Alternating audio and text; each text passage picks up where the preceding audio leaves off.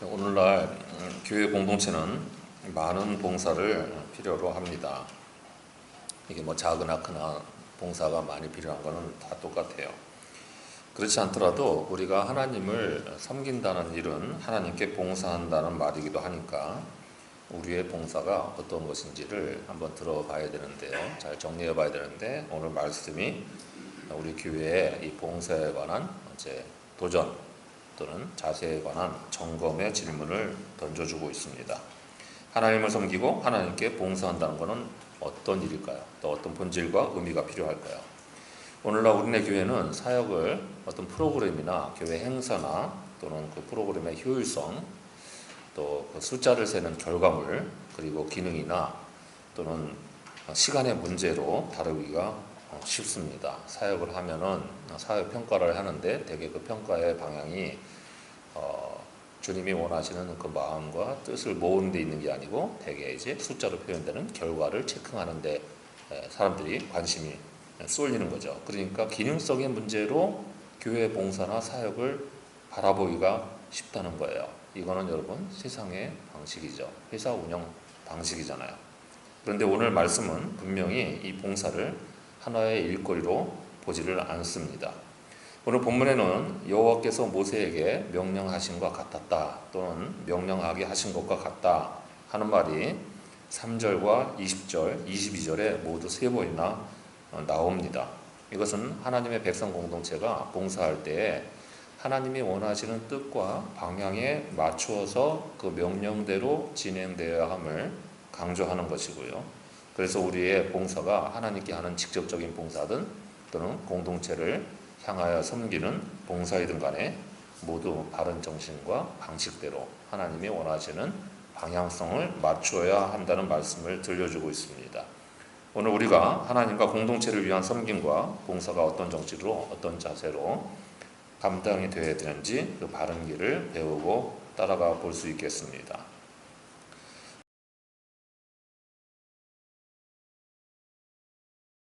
1절 보시면 하나님의 명령으로 이제 성소 안에 배치하는 기구 중에 제일 첫 번째로 하나님이 언급하시는 내용은 7 등잔에 관한 내용입니다. 앞서서 7장을 보면은 성막이 봉헌되고 이제 이스라엘 공동체가 성막 중심의 삶을 살기 시작하려 할 때에 제일 우선시되고 하나님이 제일 먼저 지시하는 내용은 성소 안의 빛의 문제였다는 거예요. 근데 하나님이 그 7 등잔의 방향, 그러니까 비추는 방향성까지를 정확하게 하나님이 지시를 하십니다. 7 등잔은 등잔대 앞쪽으로 비추도록 그렇게 지시를 했어요. 그런데 이 비추는 방향에 뭐가 있었냐면 그 앞에 진설병이 있었고 그리고 진설병 바로 뒤에는 법궤가 안치되어 있는 그 방향입니다. 그러니까 여러분 보시기에 이제 왼쪽이 지성소다. 그러면 중간에 그 지성소 안에 이제 법궤가 있을 거 아니에요. 그 법궤의 그 장막 바로 바깥에 그 진설병이 있고 그리고 진설병 앞쪽에 이 7 등잔이 있었으니까 그게 앞쪽으로 향하도록 등잔대 앞쪽으로 향하도록 해서 그쪽을 비추게 만들었다는 거야. 진설병이 여러분 무엇입니까? 참된 양식의 근원이 어디서 왔는지를 보여주는 기물이잖아요. 그리고 법궤는 그야말로 하나님의 말씀의 근본이니까 참된 양식은 이게 말씀이라는 것을 분명히 들려주는 거죠. 그러니 이는 하나님께 봉사하는 장소인 성막에서는 하나님이 지시하는 방향으로 그 방향대로 빛을 비춰야 되고 그 방향에는 하나님의 말씀이라는 것이 자리 잡고 있다는 것을 우리는 알 수 있습니다. 그러니까 우리가 봉사하는 방향과 기준과 모든 뜻의 초점이 하나님의 말씀에 맞춰져 있어야 한다는 것입니다. 말씀의 빛을 따라야 되고 말씀의 뜻을 따라야 하는 거죠. 하나님께 드리는 모든 예배와 봉사는 사람의 열심이나 노력보다도 말씀의 방향성을 따라가야만 하는 것이 진리입니다. 11절 등에 계속 반복돼서 나오는 이 봉사라는 히브리 낱말은 원래 섬김이라는 의미인데요. 이 낱말의 오래된 어원 중에 하나는 예배를 드린다는 의미도 포함되어 있습니다. 그러니까 하나님께 하는 봉사는 예배와 같은 것이다 그 말이죠. 우리가 하나님께 드리는 모든 봉사는 사실 하나님께 드리는 살아있는 삶의 예배라는 것을 알 수 있습니다. 왜냐하면 그게 하나님께 드려지는 노동이기 때문입니다. 우리가 이렇게 뭔가를 구분해서 하나님께는 거룩한 것을 드리고 사람 사이에 하는 일은 거룩하지 못한 것으로 이렇게 생각하기가 쉬운데, 여러분 히브리인들에게는 그런 개념이 없어요. 우리가 옆에 있는 이웃을 잘 돕는다, 그러면 그게 하나님이 주신 사랑을 기억해서 돕는 것이기 때문에 하나님께 하는 봉사예요. 그리고 이것을 예수님이 우리에게 말씀하신 그대로 작은 소자에게 냉수 한 그릇 떠주는 게 나에게 하는 일이다 하는 등식을 분명히 가르쳐 주시잖아요. 그러니까 우리가 공동체를 섬기든 이웃을 섬기든 연약한 자를 돌보든 그 모든 것은 하나님께 하는 봉사이고요. 그래서 그건 하나님께 드리는 삶의 예배입니다. 봉사가 하나의 예배이기 때문에 바로 그 내용과 자세는 당연히 말할 것도 없이 하나님의 말씀을 중심으로 따라야 하는 것이죠. 오늘 본문의 말씀은 특히 광야 공동체의 생존 원리를 보여줍니다. 광야는 인간의 본능이 강하게 작동하는 것이죠. 사람이 살아남아야 되니까요. 광야는 길이 없어요. 그러니까 그곳에서 사람의 생존을 강구하기 위해서 먹을 것이나 마실 것이나 또 물을 찾는 문제나 안전의 문제나, 또 광야에는 베두인족이 있기 때문에 항상 강도의 약탈 위험이 있고, 또 너무나 넓은 땅에 지평선이 보이는 땅에서 어느 쪽 방향으로 가야 목적지에 다다른지도 알 수가 없어요. 다 똑같으니까. 사방이 다 똑같은 상황이기 때문에 이런 점에서 모두 다 불안한 거죠. 그럼 그런 곳에 사람이 처하게 되면 사람의 생존 본능이 강하게 발동을 합니다. 살아남아야 하니까요. 그래서 살아남기 위해서 자기가 하고 싶은 대로 하기가 쉬운 곳이 광야입니다. 그런데 하나님은 광야에서 이런 안전과 생활과 보호의 문제, 그 다음에 길의 문제, 그 다음에 공급의 문제, 이런 문제를 제일 먼저 가르쳐 주시지 않고요. 제일 먼저 가르쳐 주시는 게 광야 여정에서 제일 중요한 것은 성막에 있는 빛이라는 거예요. 그게 그렇죠? 이스라엘 백성을 광야에서 생존시키는 가장 원천적인 근원이라는 것을 들려주는 거죠. 불안한 광야에서, 안전치 못해 보이는 광야에서 이스라엘을 붙들고 생존케 하는 것은 사람의 눈에 보이는 판단이나 자기 하고 싶은 대로 해야 될 필요성이 아니라 하나님의 말씀이라는 것을 우리는 분명히 깨닫게 됩니다. 그런 점에서 우리 교회가 작은 교회인데도 불구하고 지금까지 생존을 하게 되는 것은 우리가 하나님의 말씀 앞에 얼마나 정직하게 서 있느냐의 문제이지 사람의 힘이나 재정 문제가 아니라는 말입니다. 물론 교회를 생존케 하시는 도구로 하나님의 사람을 보내시기도 하고 재정을 공급하시기도 하지만 이것은 모두 하나님의 말씀 앞에 바르게 서 있을 때에 제공되는 도구라는 점을 우리가 알아야 됩니다.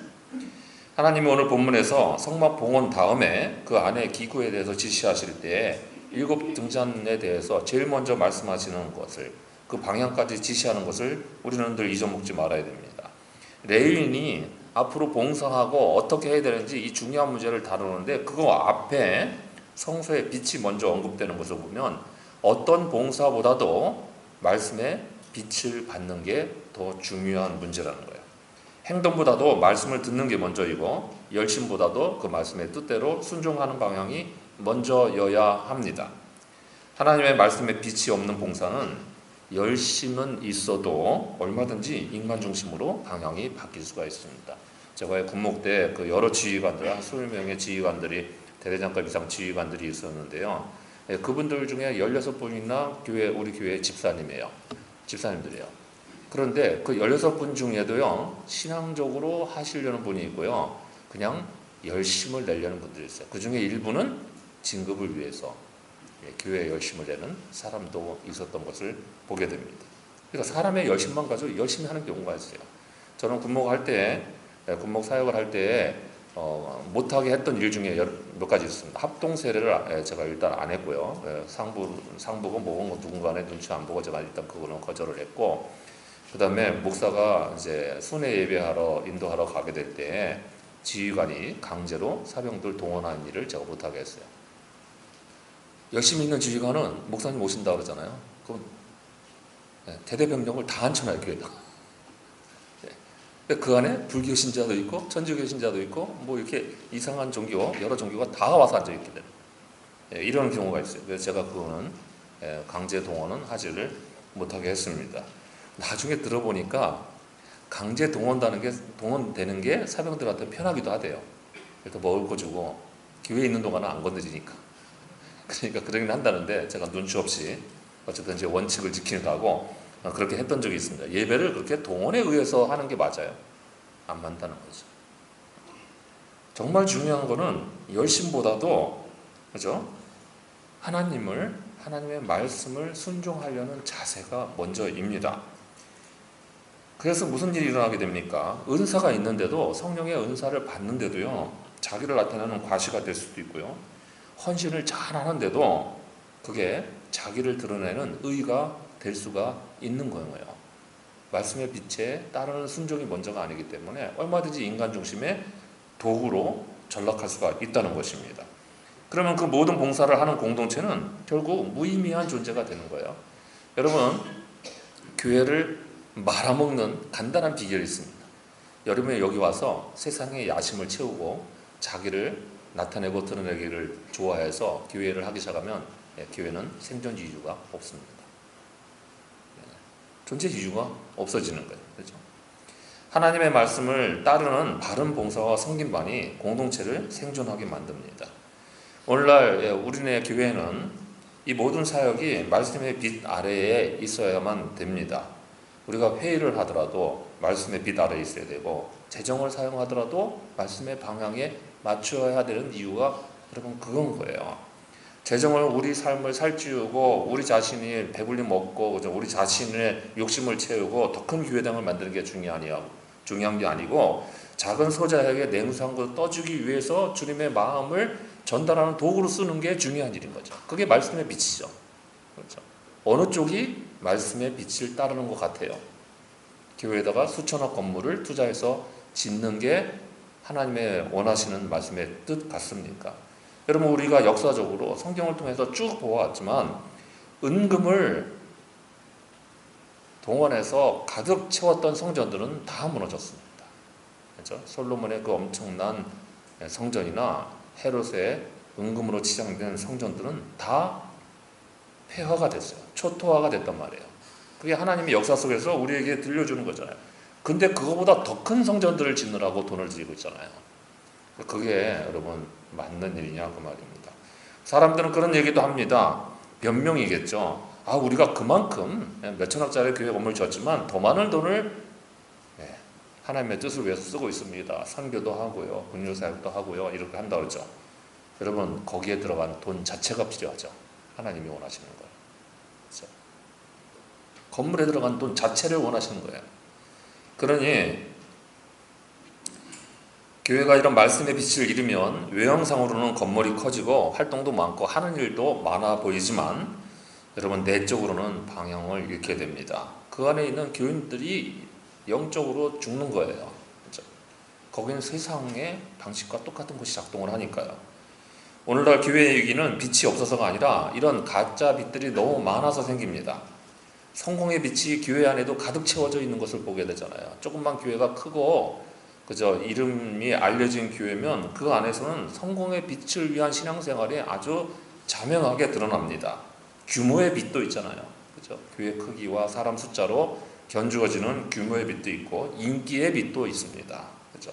자기 표현의 빛도 있고요. 시대적 유형의 빛이 교회를 가득 채우게 됩니다. 그래서 그것을 원하는 교인들의 입맛에 따라서 교회는 점점 더 부패하는 거죠. 여러분, 자, 우리가 이런 교회에 목회적인 지도자와 여러분들이 있습니다. 그러면 여러분이 원하는 뜻을 따라가는 게 맞겠어요? 아니면 제가 가르치는 빛을 따라가는 게 맞겠어요? 어느 쪽으로 가야 됩니까? 교인들의 입맛에 맞춰서 목회를 하기 시작하면 여러분, 본인부터 시작해서 교회 지도자부터 시작해서 모두가 다 같이 부패할 수밖에 없습니다. 우리 모두 하나님을 섬기고 공동체에 봉사하는 게 어떤 패러다임으로 진행되고 있는지를 점검해 봐야 되는 거죠. 교회에서는 프로그램보다도 말씀의 빛을 항상 우선시하고 앞세울 줄 알아야 됩니다. 말씀의 빛이 없이 이루어지는 사역은 사람을 많이 불러들이고 겉으로 보기에는 외형상 성공을 하는 것처럼 보여도 영적으로는 항상 손실이 생기기 마련입니다. 그러니 하나님의 우리에게 원하시는 가장 우선적인 것은 그 어떤 봉사나 섬김보다도 말씀의 빛을 따라서 순종하는 자세라는 점을 늘 잊지 않고 깨어 있을 수 있기를 바랍니다. 이제 성막의 7 등잔에 대한 지시 후에 두 번째로 성막 시스템에서 하나님이 중요하게 다루시는 문제가 무언가도 배워보자.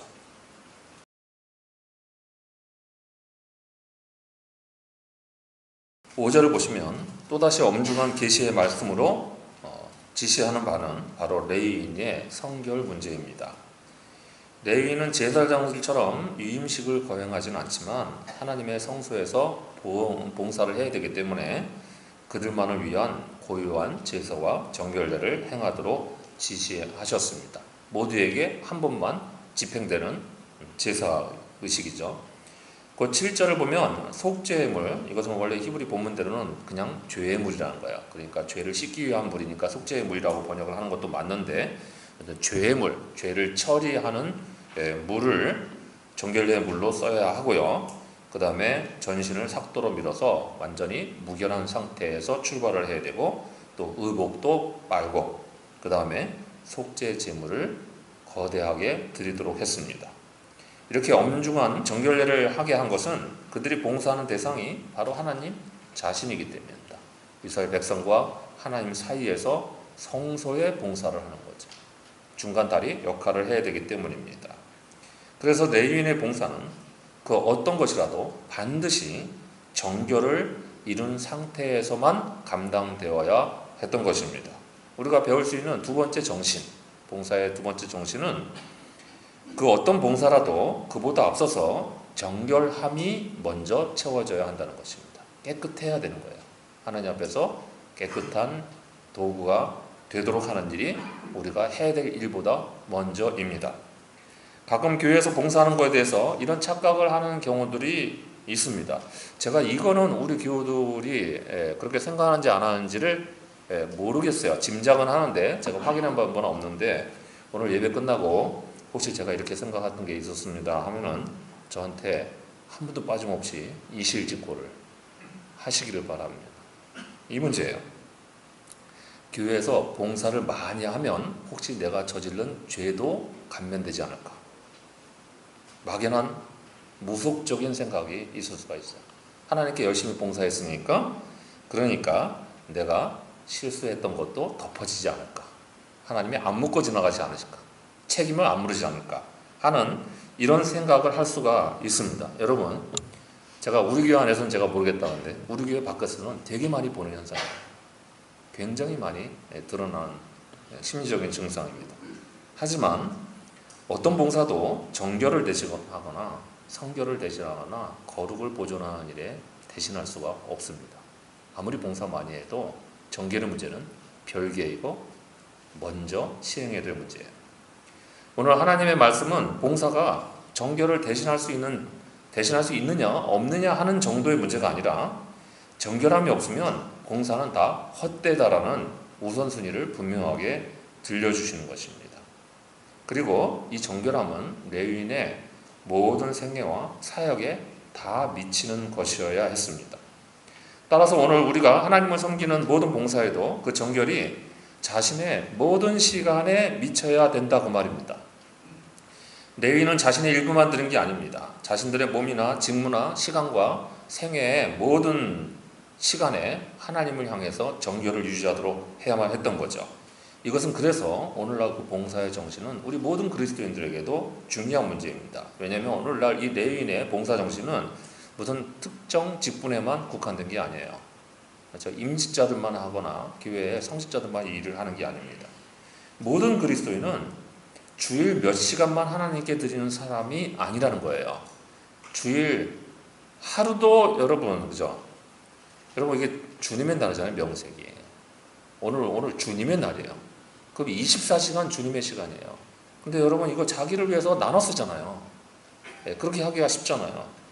그런데 여러분, 주일이 문제가 아니에요. 일주일 내내 자신의 직장, 가정, 재정, 인간관계, 그 다음에 일터, 구조, 말, 오늘 우리 집사님이 우리 말에 관한 기도를 해주셨는데, 그리고 자신의 선택이나 자신의 일상적인 몸까지요, 하나님께 속한 사람들입니다. 그러면 그 시간에도 재정을 쓸 때도 정결이 있어야 돼요. 그렇죠? 내 돈이니까 내 마음대로 다 쓰는 게 아니고요, 그거 쓰는데도 정결한 정신을 가지고 써야 되고요, 인간관계에서도 정결한 정신을 가지고 써야 돼요. 기도 이렇게 잘해주시잖아요. 그러니까 말에 관해서 실수가 생겨서 불편하게 만들어 놓고 예배를 잘 드릴 수 있어요? 봉사를 하면 그게 덮여집니까? 그럴 수는 없는 거죠. 교회 직분도 마찬가지입니다. 모든 봉사도 마찬가지입니다. 여러분, 주방 봉사 하는데 찬양팀은 당연히 그렇게 얘기합니다. 찬양 봉사는 그 입술로 하나님의 성원을 찬양하니 당연히 자기 입술의 열매가 있어야 되고 자기 삶의 고백이 수반되어야 됩니다. 이렇게 해서 찬양 세미나 합니다. 그러면 주방 세미나 한다면 어떻게 돼요?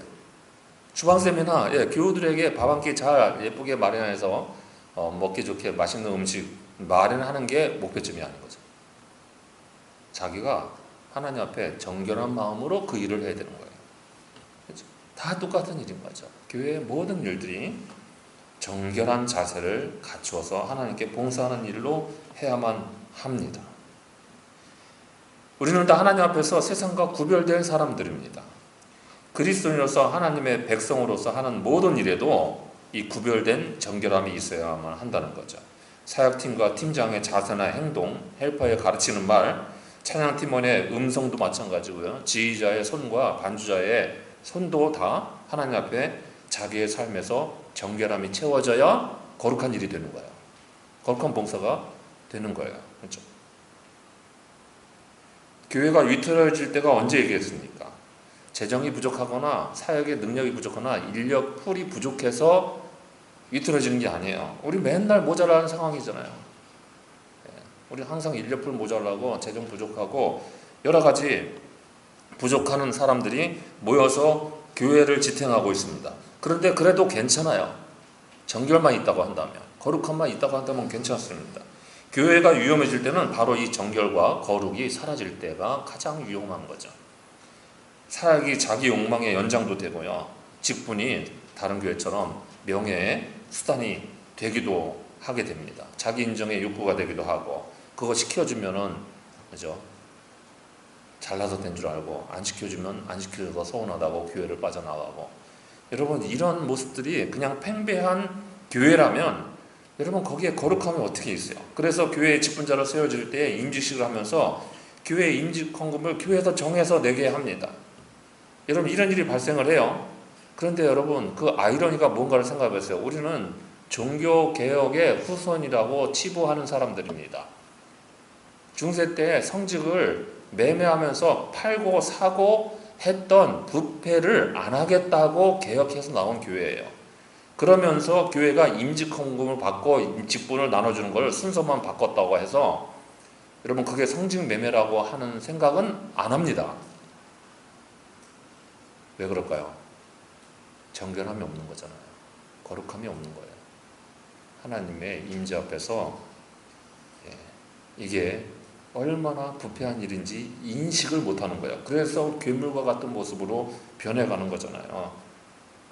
우리가 왜 교회에 모여 있습니까? 거룩하신 하나님을 그분의 공동체로 모여서 그 거룩함과 정결을 유지하려고 모여 있는 거잖아요. 세상의 모든 찌든 때에서 벗어나고 그런 세상 방식과 자기를 드러내는 세상의 흐름에 영합하지 않고요, 세상 패러다임 벗어나서 정말 하나님의 백성답게 깨끗하고 정갈한 삶을 살고 영적인 평안을 얻으려고 여기 와 있는 거잖아요. 그렇죠? 그러면 우리 교회 공동체나 저나 여러분 모두나 다 같이 그 내면의 삶이 하나님 앞에서 정결하게 되는 일을 그 어떤 목표보다도 어떤 바람이나 소원보다도 앞에 두어야만 하는 것입니다. 그래야 교회가 아름다운 거예요. 주님이 보시기에 예쁜 교회가 되어가는 거죠. 그럴 때 비로소 우리 교회가 참된 성막의 질서를 따르고 하나님 보시기에 정결하고 깨끗한 공동체, 그리고 그 속에 속한 하나님의 백성으로서 하나님의 식구들이 되어갈 수 있게 될 겁니다. 그러니 우리 모두가 다, 저나 여러분이나 공동체를 예쁘게 가꾸기 위해서 우리 내면을 정결하게 가꾸려고 하는 일에 무엇보다도 관심 많이 두실 수 있기를 바랍니다. 이제 이렇게 정결을 통해서 레위인이 성별된 목적, 이들이 그 다음에 마지막으로 해야 될 봉사가 그 본질이 무엇인가도 배워보죠.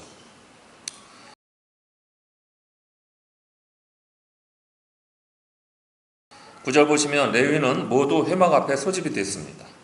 특별히 소집을 해서 다 회막 앞에 모아놨습니다. 그 이유는 10절에서 보듯이 이스라엘 자손이 레위인들에게 안수를 하기 위함이었습니다. 여러분 조금 이 장면에서 뭔가 퀘스천 마크가 떠오르지 않아요? 본문 읽으실 때. 여러분 보통 직무를 대신하게 하려면 누가 안수를 하는 게 정상입니까? 제사장이 안수를 해야 됐을 거 아니에요. 그렇죠? 또 모세가 있으니까 모세가 아론을 시켜서 안수를 시키거나 모세가 직접 해도 됐겠죠. 근데 그렇게 했어야 됐을 거잖아요. 그런데 이 안수는 이스라엘 백성들이 레위인에게 안수를 하도록 했습니다. 원래 안수는 손을 얹는 행위는 뭘 하는 거냐면 뭔가를 넘겨주려고 하는 거예요. 그러니까 전가하려고 하는 거예요. 그래서 원래 이제 제사 드릴 때 속죄할 때 안수를 하는 이유는 제물에 손을 얹고 안수하는 이유는 내 죄를 이 희생 제물이 대신 가져가고 내가 맨날 죄질 때마다 죽을 수 없잖아요. 거짓말 한 번 했다고 사형. 여러분 이렇게 뭐 어떻게 살아남겠어요? 그렇죠? 그러니까 대신 속죄 제물에 희생을 치르게 하려고 죄를 전가하는 거죠. 축복은 뭐냐면 내가 가진 힘을 넘겨주는 거예요. 그렇죠? 그래서 제가 축복하려고 할 때는 밥이라도 사면서 해야 한다고 뭔가를 힘나게 해주도록 그래야 되는 거죠. 그러니까 영육간에 해야 되는 거죠. 자, 그런데 이 경우는 레위인들이 이스라엘 백성에게 대신 뭔가를 전가하려고 한 거잖아요. 여러분 그 전가하는 내용이 뭐겠어요? 봉사예요. 봉사의 내용이에요. 모두가 다 사실 하나님 앞에 다 성막에 나와서 봉사하고 예배만 드려야 되는데 그러면 여러분 전쟁은 누가 치르고 밥은 누가 헤매기고 그렇죠? 광야의 삶은 누가 지휘하고 어떻게 지탱을 하느냐 말이에요. 그러니까 레위인이 너희가 우리 대신 하나님께 봉사 좀 대신해달라 이렇게 해서 안수를 하는 거예요. 거기다가 11절에 보면 더 흥미로운 사실도 나옵니다. 레위인을 흔들어 바치는 제물로 바친대요. 그걸 요제라 그래요. 또 거제, 들어서 올려서 드리는 거는 거제, 흔들어서 하나님께 드린다는 표시를 하는 거는 요제. 그런데 레위인 자체를 요제로 드립니다. 여러분 이건 진짜로 사람을 들어서 다 흔들어가지고 드리는 게 아니고 이스라엘 자손을 위해서 그렇게 한다는 거예요. 근데 요제는 드리고 남으면 어떻게 돼요? 그거 제사장의 몫으로 돌아갔잖아요.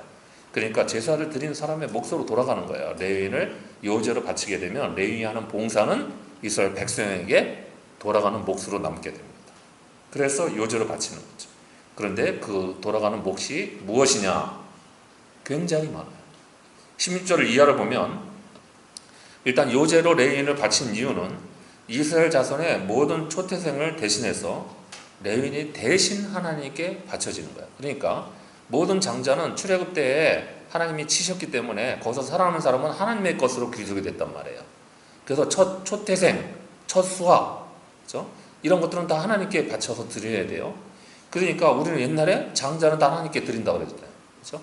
그렇게 됐던 거죠. 그러니까 바쳐서 드려야 되는데 근데 모든 사람이 다 나와가지고 레위인 할 수도 없잖아요. 모든 사람이 다 신학교 갈 수 있는 게 아니잖아요. 그러니까 어떻게 합니까? 하나를 대표로 드려야 되는데 그거를 레위인을 대신해서 드렸다는 거죠. 생명을 대신해서 대속 제물로 드려지는 의미가 있어요. 또 그 다음에 19절을 보면 더 중요한 문제가 나옵니다. 이스라엘 자손을 대신해서 회막에서 봉사를 한다 그랬잖아요. 그래서 안수를 했다 그랬죠. 근데 그 봉사 때문에 무슨 득을 이스라엘 백성들이 얻게 되냐면 죄를 속하는 일을 얻게 돼요. 그리고 성소에 나오더라도 하나님의 거룩함 때문에 당하게 될 재앙을 면제받습니다. 이걸 어떻게 되냐면 그러면 원칙은 본디는 성소는 하나님의 거룩한 임재가 거하는 거예요. 거룩함의 빛이 가득 채워져 있기 때문에 그 거룩함의 빛이 너무나 강렬하기 때문에 죄가 있는 사람이 어둠을 조금이라도 가지고 그 옆에 근접하면 알아서 자동으로 즉사합니다.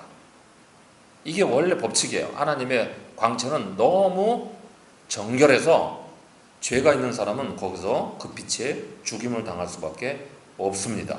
그런데 레윈이 대신 봉사하고 있어서 하나님 곁에서 하나님의 일을 대신하고 있어서 그래서 일반 이스라엘 백성이 죄가 있더라도 속죄 제물을 들고 나가서 속죄를 받을 수 있다는 거예요. 이게 원래 속죄 제물이 구조상 불가능하다는 거죠. 왜냐하면 속죄 제물은 죄가 있으니까 죄를 속하기 위해서 하나님께 가야 되는데 속죄 제물 드리기 전에 하나님을 먼저 만나게 되잖아요. 그럼 죽어야 됩니다. 그런데 그거를 레윈이 중간에서 울타리 쳐서 커버하고 있다는 얘기예요. 성막이 가운데 있고요. 바깥에 레윈이 둘러싸고 있기 때문에 이 빛을 레윈들이 반쯤 막아내고 있는 거예요.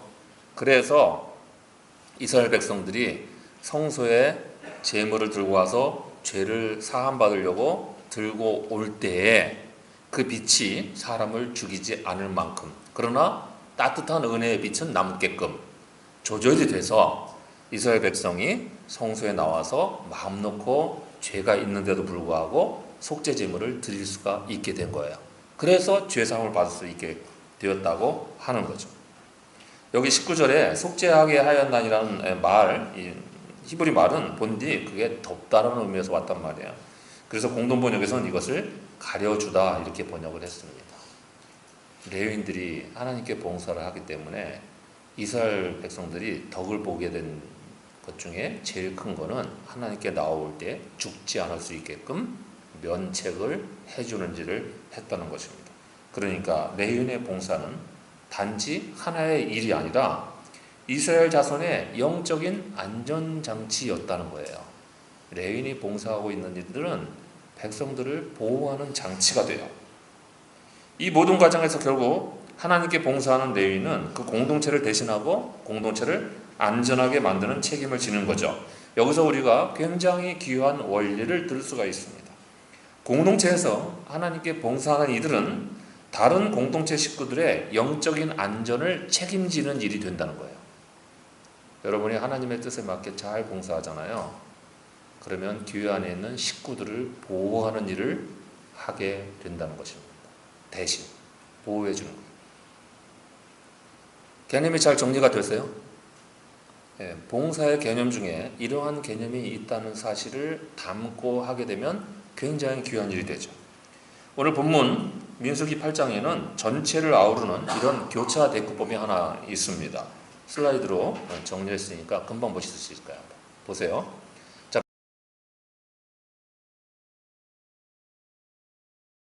맨 앞에는 등잔대가 기 때문에 A는 별도에 오고요. B부터 B-까지는 교차 대꾸법으로 이루어지잖아요. 근데 저기에 레위인에 관한 모든 얘기가 있고요.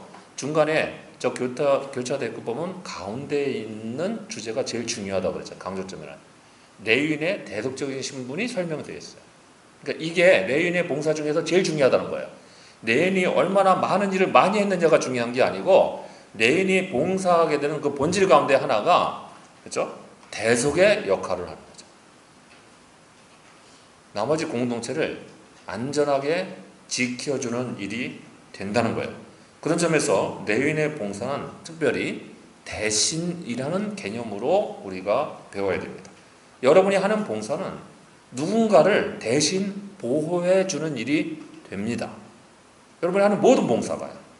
찬양팀의 찬양이나 중앙봉사나 긍휼사역이나 중보기도나 말할 것도 없이 직접적이든 간접적이든 여러분의 봉사 때문에 교회 안에 있는 식구들이 안전해집니다.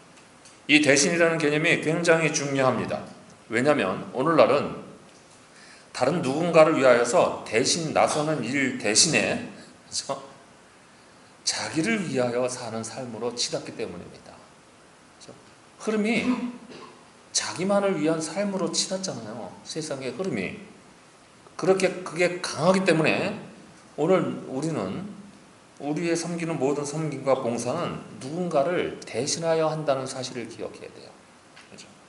그리고 그 모든 대신하는 정점에 바로 우리 주님이 계십니다. 잘 논리적으로 한번 정비를 해보세요. 우리가 누군가에게 하는 모든 봉사는 결국 주님을 대신해서 하는 봉사잖아요. 그죠? 자, 작은 소자에게 냉수 한 그릇을 떠주는 일은 주님이 하실 일을 우리가 대신 해드리는 것입니다. 그래서 주님께 하는 일이 되는 거예요. 그렇죠? 그게 여러분 작은 소자를 보호한 일이 되잖아요. 예, 광야에서 물 한 그릇 준다는 것은 물이 없어서 목말라서 죽어갈지 모르는 사람인데 떠주는 한 그릇의 냉수를 얘기하는 거예요. 그 사람을 보호하고 안전하게 만드는 일이고요. 직접적으로도 주님 앞에서 우리가 그렇게 하고 있는 동안 모두가 다 안전해질 수 있게 됩니다. 여러분, 이건 두 개는 착오가 없어야 돼요. 우리가 죄를 짓더라도 봉사 많이 하면은 죄가 면제됩니다, 이게 아니고 죄로부터, 그렇죠? 짓지 않게끔 만드는 안전장치가 됐다는 거죠. 이 차이점을 잘 기억해야 됩니다. 우리는 우리 주님을 대신해서 공동체 식구들을 섬기고 연약한 자들을 주님 대신 돌보는 이들이어야 하는 거죠. 그래서 그 대신함이 바로 공동체를 안전하게 하는 장치가 됩니다. 우리 삶의 목표가 자기 자유를 만끽하는 데 있어서는 곤란하단 말이죠. 그렇죠? 누군가를 대신해서 섬기는 일이 자기 삶의 목표여야 하는 것입니다. 우리가 하나님 섬긴다 그러잖아요. 그렇죠? 말할 것도 없이 우리는 누군가를 하나님으로부터 섬기는 법을 배워야 합니다. 그런 점에서 모든 봉사자는 공동체를 안전하게 하고 공동체를 대신 섬기는 이들이어야 됩니다. 우리는 자신을 위해서 살지 않고 대신 섬기는 존재가 되어가야 하는 거죠. 그래서 우리는 봉사를 너무 쉽게 전 봉사처럼 생각을 하면 안 됩니다. 시간이 있으면 하고, 마음이 내키면 하고, 또 인정받으면 하고, 누군가가 칭찬해주면 하고, 그 다음에 피곤하면 관두고, 안 하면 안 하고 싶고, 이럴 수 있는 게 아닙니다. 하나님 앞에서 드리는 봉사는 그럴 수 있는 게 아니에요. 하나님이 명령하신 봉사의 자세는 훨씬 더 깊은 차원에서 비롯되는 것입니다. 봉사는 단지 내가 가진 것을 조금 하나님께 나눠드리는 일이 결코 아니라는 거죠.